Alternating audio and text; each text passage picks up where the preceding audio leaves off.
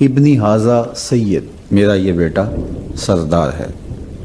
لعل اللہ ان یصلح بہ بین فئتین عظیمتین من المسلمین۔ اللہ جل شانہ اس کے ذریعے سے مسلمانوں کے دو عظیم گروہوں میں صلح کروائے گا۔ تو حضرت امام حسن رضی اللہ تعالی عنہ کی یہ عظیم المرتبت قربانی کہ انہوں نے تخت و تاج سے دستبرداری اختیار کر لی اور مسلمانوں کی دو بڑی جماعتوں کے مابین ٹکراؤ سے اور ایک بہت بڑی قتل و غارت سے امت کو محفوظ رکھا۔ تو اس لیے حضور کی نگاہوں میں یہ سب کچھ تھا، تو فرمایا اس کا نام حرب نہیں ہوگا بلکہ اس کا نام حسن ہوگا۔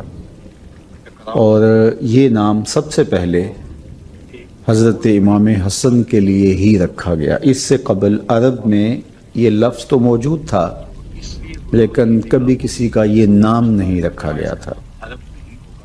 تو حضرت امام حسن رضی اللہ تعالی عنہ کا یہ شرف کہ انہیں سیدہ فاطمہ سلام اللہ علیہا جیسی ماں نصیب ہوئی، حضرت سیدنا علی المرتضیٰ رضی اللہ تعالی عنہ جیسا باپ نصیب ہوا، اور حضور علیہ الصلاۃ والسلام جیسا نانا نصیب ہوا۔ حضرت سیدنا عمر رضی اللہ تعالی عنہ جو صحابہ کو مال غنیمت سے حصہ دیتے تھے، تو اس میں جو بدری صحابی تھے، مہاجر صحابی تھے، ان کا حصہ زیادہ ہوتا، اور اس طرح جو بعد میں لوگ فتح مکہ کے بعد اسلام لائے تو ان کا حصہ اس حساب سے ہوتا۔ تو امام حسن رضی اللہ تعالیٰ عنہ اور امام حسین رضی اللہ تعالیٰ عنہ کو حضرت عمر رضی اللہ تعالیٰ عنہ 500 درہم دیے۔ 500 درہم جب ان کو دیے تو حضرت عمر رضی اللہ تعالیٰ عنہ کے فرزند نے کہا کہ آپ نے ان دو شہزادوں کو بدری صحابہ کے برابر حصہ مرحمت کیا ہے، جبکہ میں اس وقت کے جب یہ مدینے کی گلیوں میں کھیلتے تھے، راہ خدا میں جہاد کیا کرتا تھا، اور میرا حصہ آپ نے ان کے برابر نہیں رکھا۔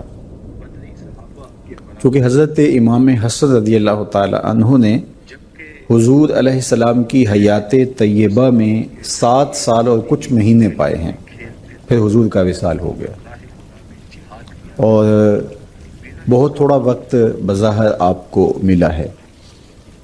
تو کہا کہ یہ تو اس وقت بچے تھے جب ہم حضور کے ساتھ غزوات میں شریک ہوتے، اور آپ نے ان کا اتنا حصہ رکھا اور ہمیں آپ نے اس جگہ پہ نہیں رکھا۔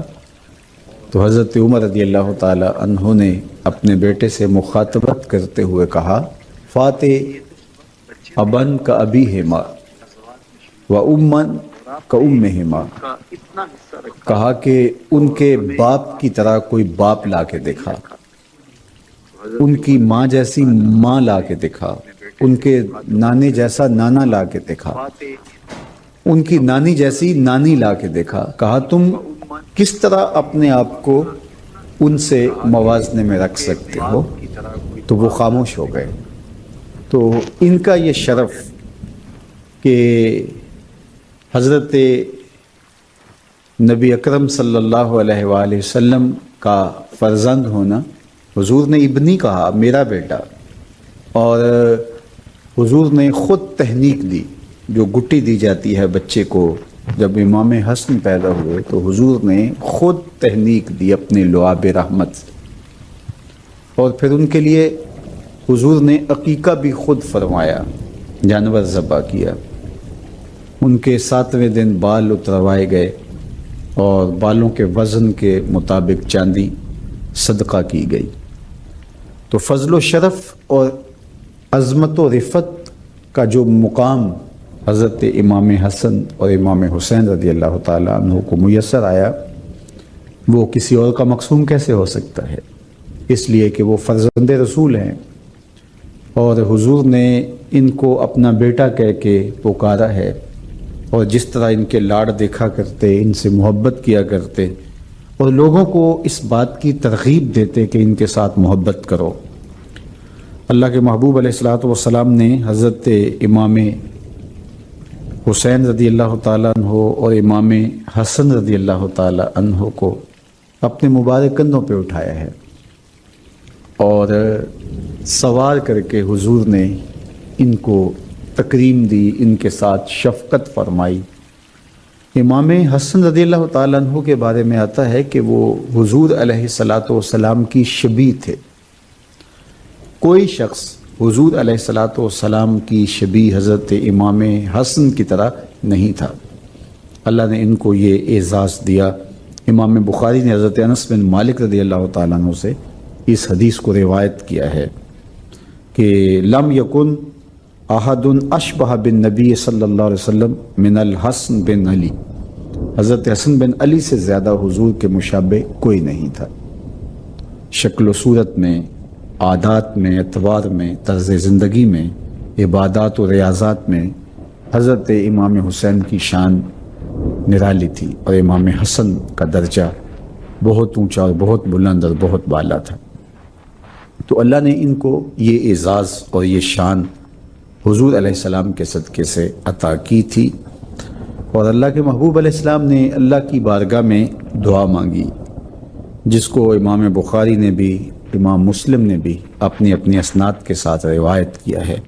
حضرت سیدنا ابو ہریرہ رضی اللہ تعالیٰ عنہ کی مرویات سے ہے کہ آقا کریم نے دعا مانگتے ہوئے بارگاہ ازدی میں عرض کیا، اللہم انی احبہ، اے اللہ میں حسن بن علی سے محبت کرتا ہوں، فاحبہ واحبب من یحبہ، اور اے اللہ تو بھی حسن بن علی سے محبت کر اور جو حسن بن علی سے محبت کرے اللہ اس کو محبوب بنا دے۔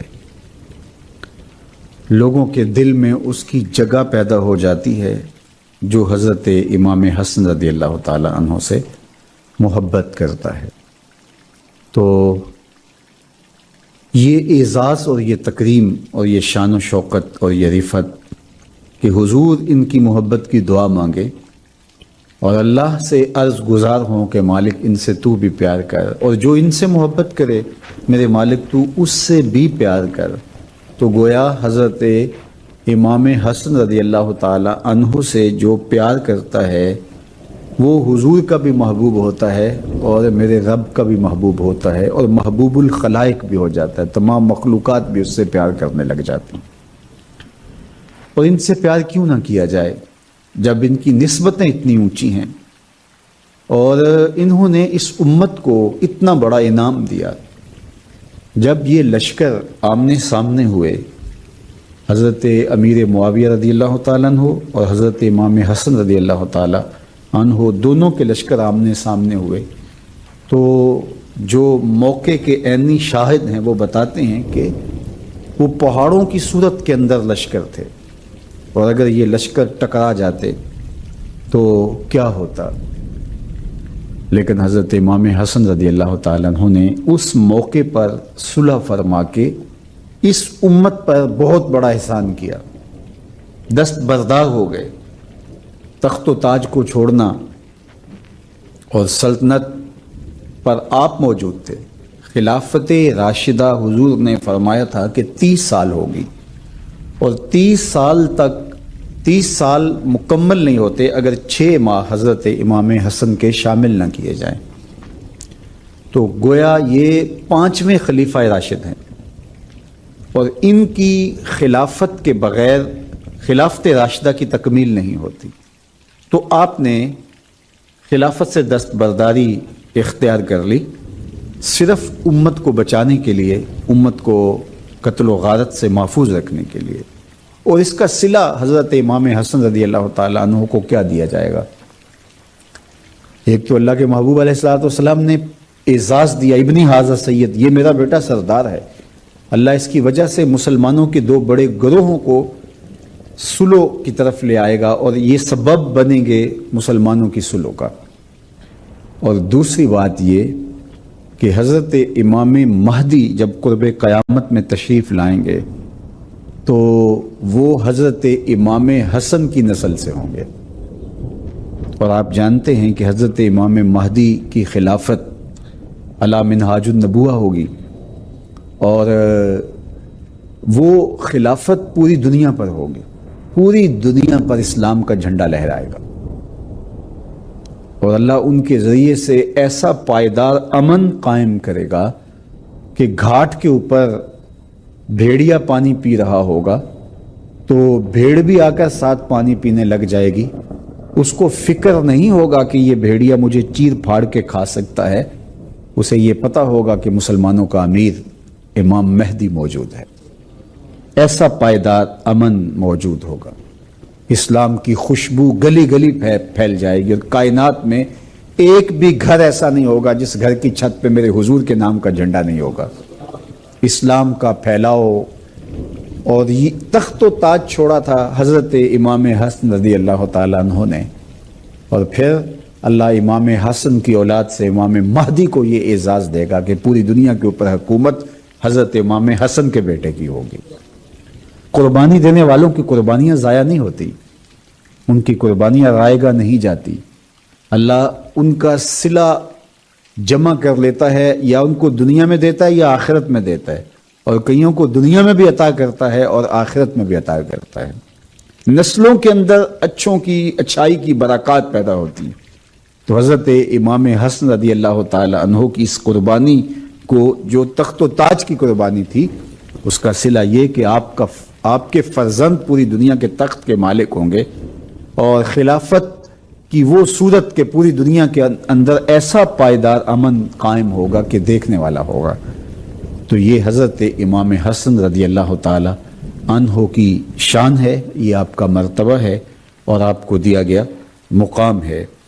حضرت امام حسن رضی اللہ تعالی عنہ حضور علیہ الصلوۃ والسلام کی مشابہت رکھتے تھے۔ میں نے عرض کیا عصر کی نماز پڑھنے کے بعد حضرت سیدنا صدیق اکبر رضی اللہ تعالی عنہ مسجد سے نکلے تو آگے امام حسن کھیل رہے تھے، تو حضرت ابو بکر صدیق رضی اللہ تعالی عنہ نے ان کو اپنے کندھوں پہ اٹھا لیا اور کہا کہ تو علی کے مشابہ نہیں ہے، تو نبی کے مشابہ ہے، اور حضرت علی رضی اللہ تعالیٰ عنہ مسکرا رہے تھے۔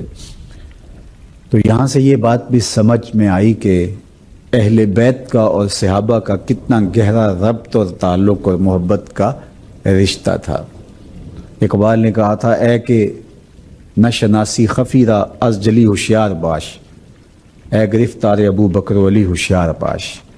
یہ تیرے خلاف سازش ہے کہ تجھے تاریخ کی لولی لنگڑی روایات کا سہارا لے کر کے یہ بتلایا گیا ہے کہ یہ آپس میں ٹکراتے رہے ہیں اور یہ آپس میں لڑتے رہے ہیں۔ صحابہ کا اور اہل بیت کا محبت کا، الفت کا ربط و رشتہ تھا، اور خلفائے راشدین کے حوالے سے ابھی حضرت عمر کا واقعہ آپ کے سامنے میں نے رکھا، اور یہ سیدنا ابو بکر صدیق رضی اللہ تعالی عنہ کی دل آویز کہانی ہے کہ امام حسن کو کندھوں پہ اٹھایا۔ ایک تو حضور کی سنت ادا ہو گئی، حضرت حسن کو حضور نے بھی اپنے کندھوں پہ اٹھایا تھا، تو آج خلیفۃ الرسول بھی اپنے کندھوں پہ اٹھا رہے ہیں، اور کہا تو علی کے مشابہ نہیں ہے، تو میرے نبی کے مشابہ ہے۔ اللہ اکبر۔ تو حضرت امام حسن رضی اللہ تعالی عنہ جلیل القدر، صاحب عظمت اور صاحب کرامت، سخی، متورع اور انتہائی عبادت گزار تھے۔ نماز فجر کے وقت آتے تو اشراق تک مصلی پہ ہی لمحات زندگی گزرتے، اور اشراق کے بعد گھر تشریف لے جاتے، اور صدقہ و خیرات یہ تھا کہ جو کچھ ہوتا وہ راہ خدا میں بانٹ دیتے۔ ایک دن مسجد میں ایک شخص دعا مانگ رہا تھا، اور دعا مانگتے ہوئے وہ یہ کہہ رہا تھا، اے اللہ مجھے 4000 درہم عطا کر دے۔ تو حضرت امام حسن نے اس کو یوں دعا مانگتے سن لیا اور گھر گئے، اور 4000 درہم اس کے گھر پہنچا دیے کہ تو جو اللہ سے مانگ رہا تھا وہ اللہ نے تیری دعا قبول کی اور میرے ذریعے سے وہ تجھے عطا کر دیا۔ ایک دن حضرت علی المرتضیٰ رضی اللہ تعالیٰ عنہ نے فرمایا کہ میرے فرزند امام حسن رضی اللہ تعالیٰ عنہ نے کچھ مال جمع کیا ہے، اور وہ مال اس مقصد کے لیے جمع کیا ہے کہ وہ لوگوں میں بانٹ دیں. تو کوئی ان سے لینا چاہے تو وہ اسی لیے مال جمع کر کے بیٹھے ہیں. تو بہت سارے لوگ آ گئے. تو حضرت امام حسن نے کہا کہ یہ مال میں نے فقراء کے لیے اور مساکین کے لیے جمع کیا. تو آدھے لوگ جو ہیں وہ کھڑے ہو گئے کہ ہم اس زمرے میں آتے ہیں لہٰذا ہمیں دیا جائے. تو آپ نے وہ سارا مال ان میں تقسیم کر دیا. بلا کے فصیح تھے اور اللہ جل شانہ نے ان کو فصاحت و بلاغت کا جو نور عطا کیا تھا، شیر مادر کا اثر تھا اور خون علی کی تاثیر تھی، اور حضور علیہ السلام نے ان کے منہ میں اپنی زبان ڈالی اور اپنا لعاب ڈال کر کے ان کو تحنیک دی اور آغوش نبوت میں پروان چڑھتے رہے. تو لہجے میں خوبصورتی کیوں نہیں آئے گی؟ لیکن خطبہ ارشاد نہیں کرتے تھے. تو حضرت علی المرتضیٰ رضی اللہ تعالیٰ عنہ نے ایک دن کہا کہ میری آرزو ہے کہ تم کچھ بیان کرو، خطبہ دو. یہ ہر باپ کی آرزو ہوتی ہے. تو کہا کہ مجھے حیا آتی ہے. تو آپ نے فرمایا ٹھیک ہے تم بات کرو اور میں ایک طرف چلا جاتا ہوں. تو آپ ایسی جگہ پہ جا کے بیٹھ گئے جہاں حضرت امام حسن کو حضرت علی دکھائی نہیں دے رہے تھے، لیکن حضرت علی اپنے بیٹے کو دیکھ رہے تھے. اور انہیں اتنا بلیغ اور اتنا فصیح خطبہ ارشاد فرمایا کہ حضرت علی المرتضیٰ رضی اللہ تعالیٰ عنہ بہت خوش ہو گئے. اور آپ نے کہا کہ ذریۃ بعدها من بعد واللہ سمیع علیم. تو یہ کلمات کتاب رحمت قرآن مجید سے پڑھ کے تو آپ نے بہت زیادہ خوشی کا اظہار کیا. میرے اور آپ کے آقا و مولا نے حضرت امام حسن اور امام حسین رضی اللہ تعالی عنہ کے لیے یہ جملے بھی ارشاد فرمائے تھے کہ حسن اور حسین جنتی جوانوں کے سردار ہیں.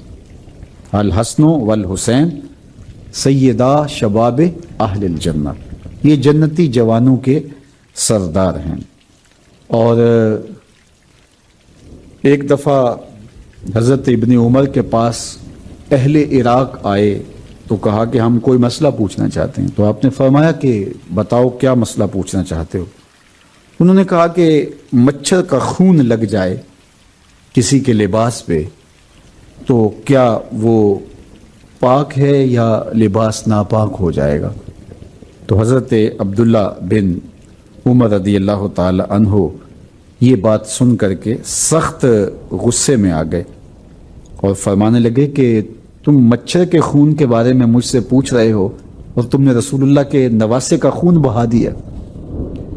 رسول اللہ کے نواسے کو تم نے ذبح کر دیا اور اس وقت تم مسئلے یاد نہیں تھے، اور اب تم مچھر کے خون کے بارے میں مجھ سے سوال پوچھ رہے ہو. اور ساتھ آپ نے جو لفظ ارشاد کیے وہ یہ تھے کہ فرمانے لگے کہ وقد قتلوا ابن رسول اللہ صلی اللہ علیہ وسلم، انہوں نے رسول اللہ صلی اللہ علیہ وسلم کے فرزند کو قتل کیا اور مجھ سے مسائل پوچھ رہے ہیں مچھر کے خون کے بارے میں.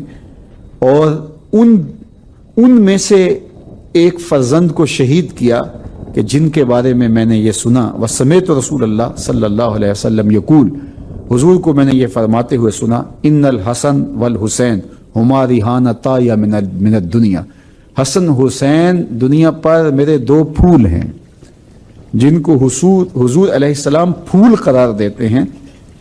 تو ان کو تم نے مسل دیا اور ان کا تم نے کربلا میں خون بہایا، اور اب مجھ سے پوچھنے آتے ہو کہ کیا یہ درست ہے یا کہ نہیں درست.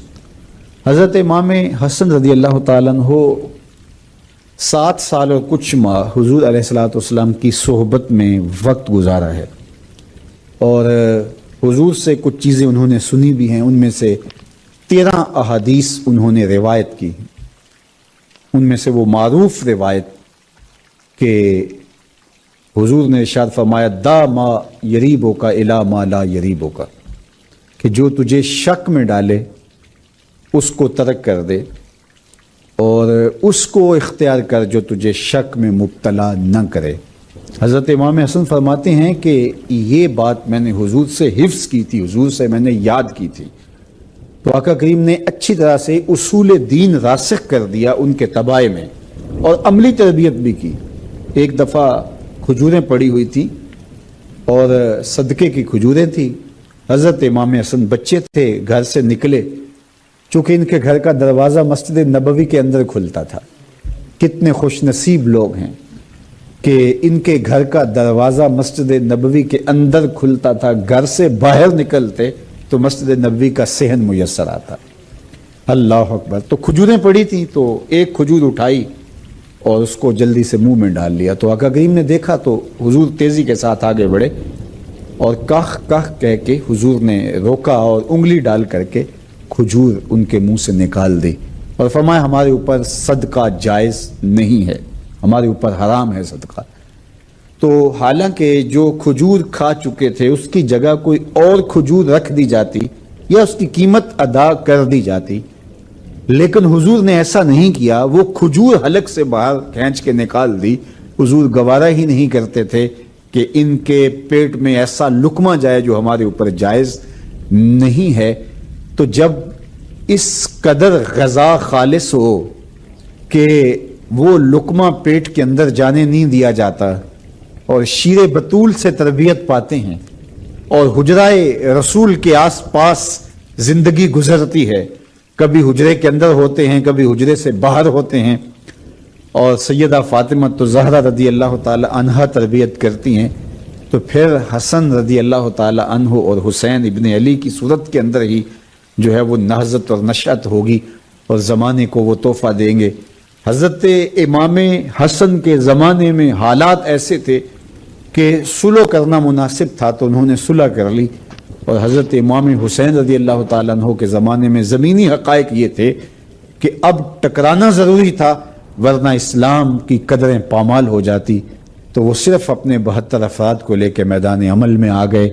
تو ان دو شہزادوں نے دین کو بچایا اور دین کی حفاظت کی. ایک نے صلح کر کے دین کی حفاظت کی اور ایک نے جبر کے سامنے پوری قوت کے ساتھ کھڑے ہو کر کے دین کی حفاظت کی. حضرت امام حسن رضی اللہ تعالیٰ عنہ نے زندگی کی بہاریں گزارنے کے بعد جب یہ محسوس کر لیا کہ اب میں اس دنیا سے رخصت ہونے والا ہوں، تو حضرت ام المومنین عائشہ رضی اللہ تعالی عنہا کی طرف پیغام بھیجا. کہا کہ اگر آپ مجھے اجازت دیں تو انتقال کے بعد حضور کے حجرے میں جہاں حضور دفن ہیں، جہاں ابو بکر و عمر رضی اللہ تعالیٰ عنہما دفن ہیں، وہاں میری بھی تدفین کر دی جائے. کیونکہ یہ جگہ حضرت عائشہ رضی اللہ تعالیٰ عنہ کی تھی. تو آپ نے کہا کہ یہ میرے لیے تو خوشی کی بات ہوگی، آپ ابن رسول ہیں. تو انہوں نے اجازت دے دی. پھر اپنے بھائی حضرت امام حسین رضی اللہ تعالیٰ عنہ کو بلایا اور کہا کہ میں نے ام المومنین حضرت عائشہ سے پوچھا ہے، انہوں نے مجھے اجازت دے دی ہے، لیکن ہو سکتا ہے مروت کی وجہ سے انہوں نے کہہ دیا ہو. جب میرا انتقال ہو جائے تو تم نے دوبارہ ان سے یہ سوال کرنا ہے، اور اگر وہ میرے انتقال کے بعد بھی یہی جواب دیں تو مجھے حضور علیہ السلام کی قربت میں دفن کیا جائے، ورنہ جنت البقیع میں دفن کر دیا جائے. اور اگر وہ اجازت دیں تو مجھے اس کے باوجود بھی ڈر ہے کہ بنو امیہ کہیں مزاحم نہ ہو. تو کہا اگر ایسی صورتحال ہو تو پھر مجھے جنت البقیع میں ہی دفن کرنا. خیر امام حسن رضی اللہ تعالیٰ عنہ کا انتقال ہو گیا. وہ ایک دردناک کہانی، آپ کو زہر دیا گیا تھا جس سے آپ کا کلیجہ کٹ کٹ کے جو ہے وہ باہر آیا. جب آپ کی شہادت ہو گئی تو ام المومنین سیدہ عائشہ رضی اللہ تعالیٰ عنہ سے پوچھا گیا تو انہوں نے کہا کہ میں نے تو ان کی زندگی میں ہی ان کو کہہ دیا تھا، تو وہ ابن رسول ہیں، کوئی بات نہیں، یہ تو ان کا حق ہے. تو اب جب تیاری ہونے لگی تو مروان کھڑا ہو گیا، کہنے لگا کہ یہ میں نہیں ہونے دوں گا. تو حضرت امام حسین رضی اللہ تعالیٰ عنہ نے بھی تلوار کھینچ لی اور آپ کے اصحاب نے بھی تلواریں کھینچ لی. ادھر مروان بھی اپنے سپاہی لے کر کے آ گیا. جب دونوں فریقین آمنے سامنے ہوئے، قبل اس سے کہ کوئی ٹکراؤ ہوتا تو حضرت ابو ہریرہ رضی اللہ تعالیٰ عنہ تشریف لائے اور آپ نے فرمایا کہ حسین تمہیں تمہارے بھائی نے کیا وصیت کی تھی؟ تو انہوں نے کہا کہ انہوں نے یہ وصیت کی تھی کہ مجھے دفن کیا جائے جنت جو ہے وہ حضور علیہ السلام کی قربت میں، اور ام المومنین اگر اس کی اجازت دیں. تو انہوں نے تو اجازت دے دی ہے. تو کہا انہوں نے یہ نہیں کہا تھا کہ اگر بنو امیہ مزاحم ہوں تو پھر جنت البقیع میں تدفین کر دی جائے. تو انہوں نے پھر تلوار نیام میں ڈال لی، تو یہ لڑائی ہوتے ہوتے رہ گئی۔ بنو امیہ نے بہت تکلیف دی آل رسول کو، اور ان میں سے ایک موقع یہ بھی تھا جب امام حسین رضی اللہ تعالی عنہ کو شہید کرنے کے بعد تدفین کے لیے روکا گیا، تو امام حسن کو پھر جنت البقیع میں دفن کیا گیا، اور ان کا روضہ انور، ان کی قبر نور، مرجع خلائق، لوگوں کے لیے قبولیت دعا کا مرکز اور رحمتوں کا منبع و مصدر ہے۔ اللہ تعالیٰ ان کی قبر پہ کروڑوں رحمتوں کا نزول فرمائے، اور ہم سب کو ان کے نقوش پاک کی برکتیں عطا کرے۔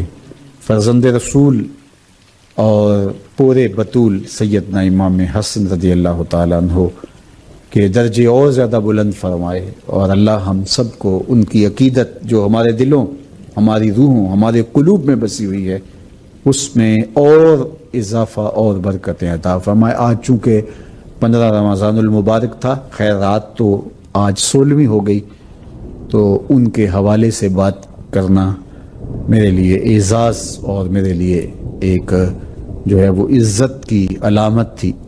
اللہ آپ سب کو جزا دے، جملہ ناظرین کو اور جملہ ناظرات کو اللہ ہم سب کو اپنی خاص پناہوں میں رکھے۔ آپ تشریف لائے، آپ کو بھی اپنی خاص کرب نوازیوں سے مالا مال کرے۔ وآخر دعوانا الحمدللہ رب العالمین، الحمدللہ رب العالمین، والصلاة والسلام علی اشرف الانبیاء والمرسلین۔ اے اللہ اٹھے ہوئے ہاتھ، پھیلی ہوئی جھولیاں رحمتوں سے بھر دے، بخت کی بہاریں نصیب فرما دے، اور مقدر کی خزائیں رخصت کر دے۔ جئیں تو تیرے لیے، مریں تو تیرے دین کے لیے، اور زندگی کی آخری ہچکی تک تیرے رسول کے وفادار رہیں۔ ہر علت سے، ہر قلت سے، ہر ذلت سے رہائی عطا کر دے، اپنے محبوب کے در کی گدائی عطا کر دے، نفس اور شیطان کے مکر سے محفوظ فرما، اور اپنی خاص کرم نوازیاں اس امت کا مقسوم کر دے۔ اللہ یہ وبا کی شکل میں جو کرونا وائرس پھیلا ہوا ہے، اس کے ضرر سے اس امت کو بالخصوص محفوظ فرما، اور پوری دنیا کے سسکتے انسانوں کی مدد فرما، اور اے اللہ میرے وطن کو اپنی خاص امان میں، پناہ میں اور حفاظتوں کے حصار میں رکھ، اور جہاں جہاں امت مسلمہ ظلم اور جبر کی باہوں میں کسی قرار یہ نجات عطا کر دے۔ صلی اللہ تعالی علی النبی الامین وآلہ وصحبہ۔